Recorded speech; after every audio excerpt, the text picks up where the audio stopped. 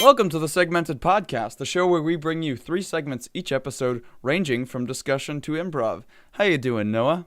I am doing well because, for one reason, I don't know, my life is really good right now. And another reason is because we got another submission for a song to do on the podcast by our Patreon supporter. Wow, I'm so excited. That's definitely what I wanted to do today, Noah. Actually, before we started recording, and I was like, okay, I guess we're doing a song today, he was like, I really don't want to do a song. And then I showed him the lyrics, and he seemed to be very pumped for it. So actually, no, I'm very excited now. I'm very excited. So this is gonna be awful, but also great. It's gonna be wonderful. Yeah. So for our segments today, we're gonna start with the Patreon song, which was written by our Patreon supporter, definitely not Tendo's brother. Then we're gonna do an interview with an imaginary person, and then we're going to do our segment known as Don't Judge a Book by its Cover, but Do by its Title. I'm ready. The course extends the concepts learned into the intro to IT. Innovation course and focuses on market dynamics. And monetizing innovations. It moves past idea generations and focuses on identifying and gathering resources. Innovation. Implementation, sustainable innovation, implementation, sustainable innovation, models, and how ideas can be monetized. The goal for students is to take their original ideas from concept to initial implementation. And towards commercialization also. A brief introduction of business plans and how to bring ideas to market will be offered.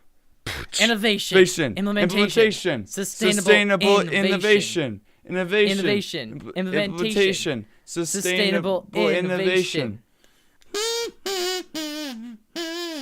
Upon completing the course, students will have created at least a rudimentary implementation of an original idea and have a defendable plan for how the idea can be monetized.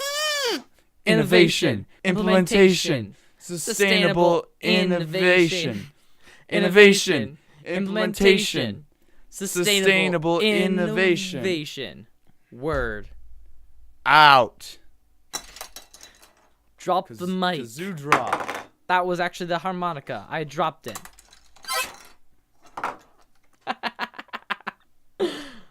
I enjoyed that. I was worried that it might go well, but I'm not worried anymore. Okay, so a little bit of backstory. This Patreon supporter, or patron as we call them, this patron has been supporting us for a while on the $3 tier, which basically means that we'll perform a song that you write for us. Like, give us a paragraph, and then we'll turn it into a song. Not sure why that's a tier, but it's a I don't know. One. I don't remember why that started, but we did it, and it's been fun. We've done 2 so far. 1 was on season 1, so it's not on iTunes anymore, but it is on the internet. Episode 2 of the Segmented Podcast. You can find it on YouTube. Indeed. But basically, I was like, hey, you want to write some lyrics? And then he was like, give me a second. I said, all right. And then he sends this thing, and I'll leave the lyrics in the... I'll leave the original text in the show notes. And then he sends it, and it's like, the course extends the concepts of blah, blah, blah. And then I said, is that just a summary of one of your college courses? And then he says, yeah, lol, yes, sitting in right now. So that's what that was. It was his college course that he was taking in college. It's fun. It's good. It makes some great lyrics, I have to say. One of the best I've sang before in my life. Indeed. Segment 2, interviews with an imaginary person, where one of us will act as imaginary character, and the other will be acting as the interviewer. In this case, Ben is going to be the imaginary character, and I'm going to be the interviewer, asking him questions about his profession or other things. He doesn't yet know what his profession is, nor does he know his name. So we're going to get into it, and he's going to have to figure out all of it completely off the mind of his own. But just my mind. Just your mind. Yep. His own mind. So.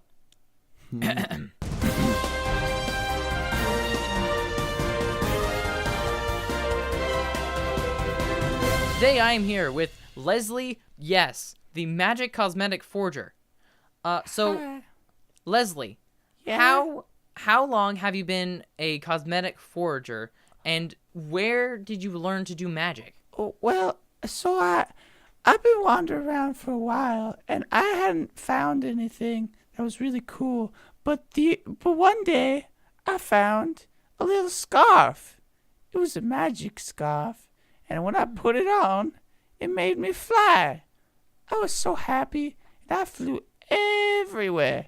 And then I started and then I started foraging for stuff, for like clothes, other magic clothes. So I don't know that I ever learned magic, but the scarf gives me the magic. So what do you do in regards to foraging? What do you like to forage for? What do you do with the things after you grab them and get them? Well, I like to forage for things that I don't like foraging for things on the ground. The ground is gross. So what I do is I go into the towns, into the cities, and the villages, and what I do is when there's people walking around, I check if they've forgotten about their things. And a lot of times, they forget about the things that are on them. So I just go ahead and take it off their hands so they don't have to worry about it no more. What kind of stuff do you take for them? Well, clothes usually, like hats, maybe a loose shoe, pants or a shirt if I'm lucky. When did this taking from people as opposed to just the ground and things in the air start? I ain't taking from nobody. I'm sorry. honest foraging. I'm foraging for the things. When did foraging of people start? Well, after I found the scarf, I realized not only could I fly, but I could also turn invisible. And well, when you're invisible, you can do a whole lot of good without anybody seeing you. I kind of consider myself a little angel. Huh, very interesting. So, I heard that you have been imprisoned a few times. Do you think that's justified? Well, if you ask me, no. I think it's mean. I think it's really mean when people do that to me. And it makes me just want to wring my little invisible arms around their neck. But I don't do that.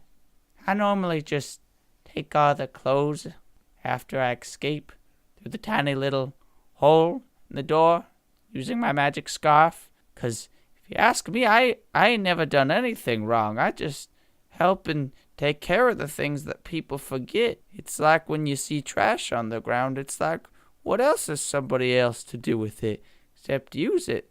So that's me. Luckily, they never found my pile, so I don't really care how many times they get me. So, do you have a place of residence, or do you normally just wander around and just forage?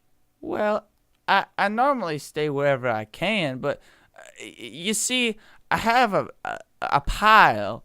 It's not really a house, but it's in the middle of nowhere. It's very secret, but it's just all the things that I find that I can't carry around, and it's gotten quite tall. It's starting to peek over the trees, but sometimes I go there and I just lie down in all of it, and it's magical.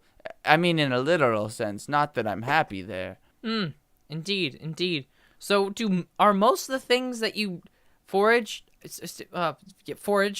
from people, are they usually magical, or are they normally just normal? Usually, I can tell when they're magic. A few times I've taken some magic shoes that make people run fast, or maybe if I'm feeling lucky, I'll take a magic hat that can make you see better, or breathe underwater. I don't know. There's all kinds of things that I find out there, but I know when it's magic or not. But sometimes I'll see a real pretty rich lady, and she got a beautiful dress on, just like the most beautiful, and I gotta find a way to get it. I need it for myself. So sometimes it's cosmetic, but normally it's just magic items. That makes sense. Well, Leslie, this has been a wonderful interview. Very thank you. eye-opening. Uh-huh. I will. Oh, you're flying away. Do you want to say Bye. anything before you fly away, or? Don't find me. I'll kill you. I promise. All right, that has been Leslie Yes, the magic cosmetic forager who just got out of prison and will probably be there again soon. I think that was a good one. You did really well. I was really hoping you were gonna do a female character because I wanted to try to do this voice that I had. It got a little too Southern old lady, for where I wanted, but that's all right. That happens whenever you're playing a character. They get a little too Southern old lady. Every single time. That was good. The thing is, I had a plan for what I was gonna do, but I forgot what it was, and then like. I was like, okay, I need to think of something real fast. As I'm saying the intro, I looked up the random word generator and magic, cosmetic, forager, but which I accidentally pronounced forager, so that was an even better. That was much better for your character. Yeah. And so those were the 3 that came up, and I was like, perfect, done, grabbed him. And then I just came up with the name Leslie, and then I was going to say Leslie Nope, like from Parks and Rec, and then I said okay. Leslie Yes on accident. And I was like, perfect. Yes. Leslie Yes. So yeah, no, I felt like I didn't really ask very good questions. Well, but like, and the other thing was I was playing an introverted character again, which is always the harder and the less interesting character to play because there's less and to the yes and. It's more just like yes. Yeah, but your character was it was really it was good, and you added a lot of detail, and I really felt. Like, I feel like I know Leslie Yes now. You feel like... I pictured her as, like, 3 feet tall. She's, like, really, like, frizzy, like, black hair. Mm-hmm. And she just, like, flies around in this ridiculous, like, coat giant or dress. Scarf. Or, yeah, you got a big dress that, like, covers... Or scarf that covers her whole neck. Yeah, that's what I was imagining, too.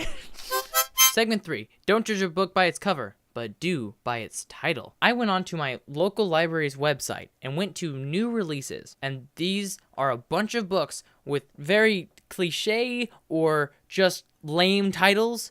And what I'm going to do is I'm going to present them to Ben, and he's going to try to guess what it's about just based off the title. Right. So, Ben, are you ready for the first one? I am ready. I recently just went to a bookstore, and I saw, like, 6 books that were all like had one word like dark titles like Trapped and Lost and Betrayed, and I chuckled to myself, and it reminded me of this segment, and I'm like, oh boy. Oh boy. I try to avoid those one word ones because they're very, very one-dimensional. One-dimensional and not specific, and doesn't give you any sort of inlet into what it is. So, Ben, yes. This one is called Second Time Sweeter. A Blessings novel. Second Time Sweeter. Okay, so I got a lot of bad thoughts going around, but I feel like... So for me, when I hear sweet, I'm thinking like romance novel. I'm thinking it's like a teen romance novel, really low vocabulary. And so what happens was she had like a boyfriend or whatever. And like it was really bad, and like it was a bad relationship, and then they broke up or whatever, and this happened before the book begins, and then they like meet again, and it's like really awkward. They expect to hate each other, but then like there's a new chemistry, like they've changed as a person, and so like the relationship like blossoms into way better than it was before, and then I mean I don't know, either they get married at the end or one of them dies. So that's my blurb. I'm also gonna go out on a limb and say that the girl's name starts with an H or an M. Huh. Well, the main character, I don't think it's a romance novel. Let me read you the thing. The first name is Malachi. Yes. Mal. So it's an M, not a girl, but Malachi. Also, Malachi's a cool July name. Has run into trouble in the past. With a reputation as a player, he's now a recovering alcoholic and has made progress in redeeming himself in the eyes of his family and the citizens of Henry Adams, Kansas. He's not only turned his diner into a profitable business, but also mentors the town's foster kids. And he's even staying true to one woman, Bernadine Brown. What a man. Such a story of blessings and a story of redemption. Dang it, I should have picked up on the blessings and thought that it was like a guy that was like really bad. But I mean, Second Time Sweeter. They're coming back. It's a comeback story. Okay. It sounds like an okay book. Next one. The Lost Queen. The Lost Queen? Yep. Oh, so there's two directions it could go. It could go that the main character is the Lost Queen, or they're looking for the Lost Queen. I'm gonna assume because we're using queen terms that this is going to be medieval, or at least like pre-18th century. We're not talking about like a metaphorical queen or like the Queen of England. Um, I'm gonna say the Lost Queen. I'm gonna say that there was a royal family, and okay, so the main character is like a girl or whatever, and maybe it's like that one movie that had terrible animation, Anastasia. Yeah, it's like that one where it's What like, movie? oh no, my whole family died, but I was still alive. And so it's like her trying to like work her way back to the top or whatever and prove that she's queen. But at the time, there's like this evil queen, and she's like mean, and she's like making the kingdom or the city state or whatever it is, she's making it bad, and everyone's sad and they're starving. And so what she does is she's like super helpful and like nice because like whatever, she's a queen or princess at heart or something like that. And then eventually by the end, she defies all odds, and she takes her place, her rightful place on the throne as the Lost Queen. Huh. Well, let me read you the description. And compared to Outlander and The Mists of Avalon, this which are two other books, this thrilling first novel of a debut trilogy reveals the untold story of I suck at names, Languroth, a forgotten queen of 6th century Scotland, twin sister of the man who inspired the legend of Merlin. Ooh. Is that it? That's So that's okay, the so whole... it's historical. Okay. Yes, but Or it's at least fiction. it's some sort of either historical fiction or like nonfiction. Like I think I put in directly. I put fiction in, but it might have been not fiction. Ooh, I don't know. I might have accidentally not pressed that. Anyway, it's fine. It sounds interesting though, with Scotland was- and whatnot. But how yeah, Scotland. how is she forgotten or lost? Like that's my biggest question. Like how? Can't be that hard to be like, yo, I'm the queen, and everyone be like, oh, whoops, sorry, here you go. Just like accidentally forgot her in the basement. They're like, oh well, let's just assign a new form of government. And then she like comes back up like 10 years later, and she's like, what the heck, Dad? And he's like, oh, sorry, I forgot about my daughter. I lost her. I forgot about that. We have a parliament now. Sorry, honey. Go back down and play with your toys. I'm 23, Dad. Oh, right, of course. Sorry about that. Haha. Classic comedy. Anyway, this next one is called Hot Target by Suzanne Brockman. Hot Target? Hot Target. That gives me nothing. Okay. Oh, doesn't Who's it? it by? Who's it by? Say it again. Suzanne Brockman. Brockman. So here's the story. So the story is it's a hot target, right? So it's a target, but it's target. hot. So the target just got like shot by like a gun.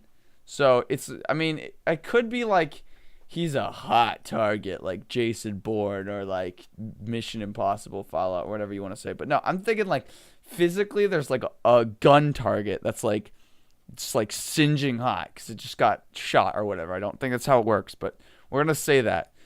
So it's a guy, and his name is Daniel, or Matt. Matthew works too. Both are generic. And what he wants to do in life is he wants to be a special like forces, like army guy. Either that or maybe it's like sci-fi, so he wants to be like the top of the whatever Space Marines or something like that. But it's probably like modern Space Force. Space Force. So what happens is it's his struggles through training, like his commander's like really hard on him, and he's like, oh man, my commander's so hard on me, I wish he wasn't so hard on me. And then at the end he's like, wow, I'm so glad my commander was hard on me because now I'm like the best soldier ever. And he like kills lots of bad guys, pew pew. And he also spends like hours and hours like in the shooting range, which realistically he would be getting like no sleep and he'd be a mess because of it. But like instead it's like dramatic and it's like gritty and it's like I could stand being in the shooting range all night and day because that's what I want to do and I want to be the best. I'm gonna prove my commander wrong. It's like Whiplash but for the military. Ooh, that was a good movie. And he shoots lots of targets. And then at the end, he shoots an actual hot target. And by hot, I mean like the body temperature of a human. He shoots a guy. A guy dies. He shoots a guy. That's the end of the book. Ooh, no, but that sounds like a much more entertaining thing. I'm not gonna read the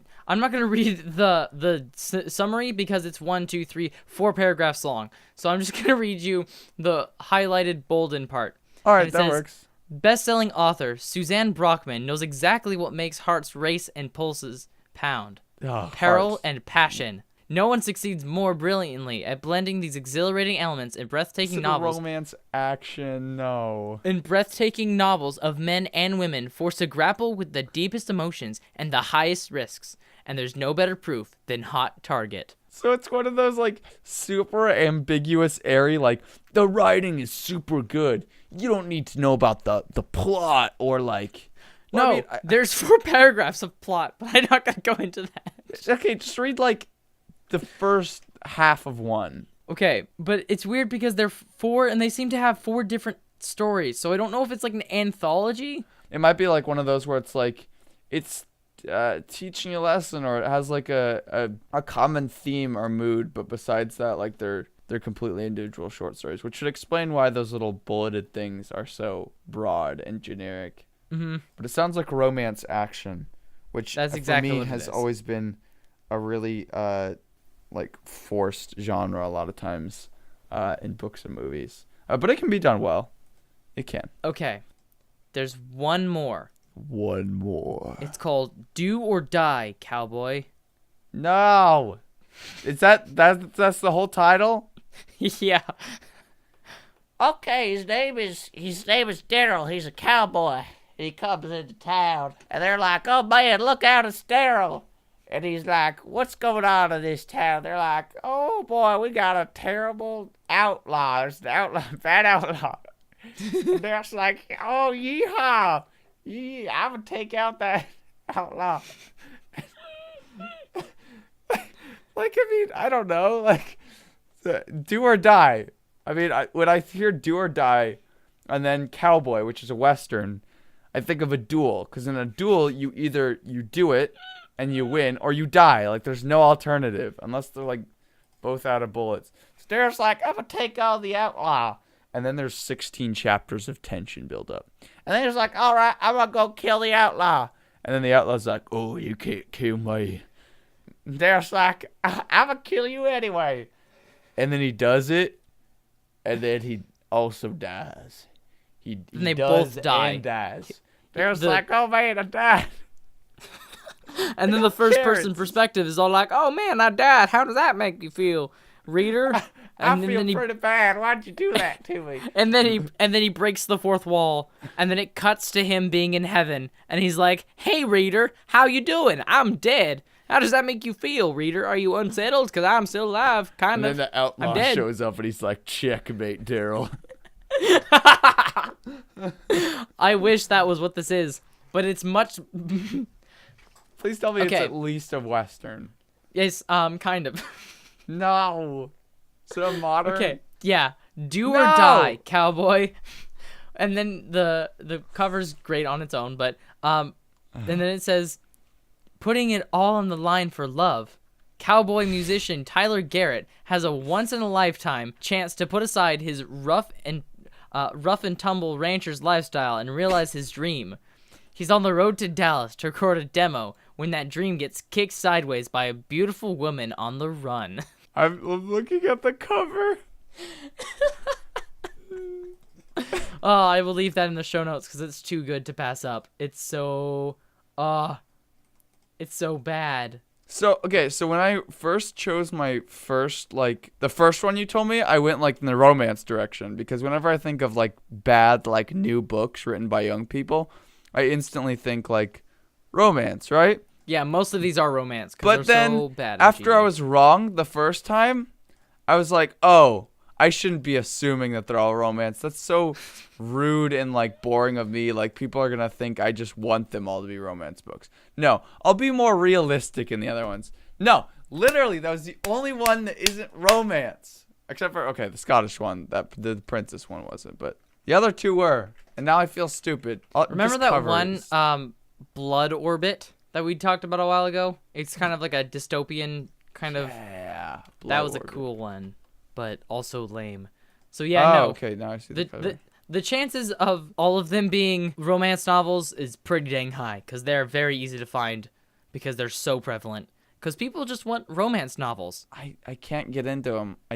No, because they suck. Most of them suck. There's definitely ones that are good. I think the best romance novels are the novels that are based on something that isn't the romance, and then the romance just is naturally into the story. Okay. Bad idea. What? I was looking up the cover of Blood Orbit. There's a lot of other pictures. I'm gonna need a moment. Oh, you good? I'm good. I get squeamish really easily. You need a breather? Yeah, no, I'm good. Okay. I got spit all over my mic too. I still have sticky mouth. The listeners didn't hear me, but I have a bad No, they didn't. I have a bad case of sticky mouth today. It's like when your mouth is like it gets super dry and then it starts salivating, but your saliva's like thick. So like your mouth feels all sticky and like foamy. I hate it. Yep, I'm definitely keeping that in. Definitely. That is the end of our show. We hope you did enjoy it. What did we learn today, Ben?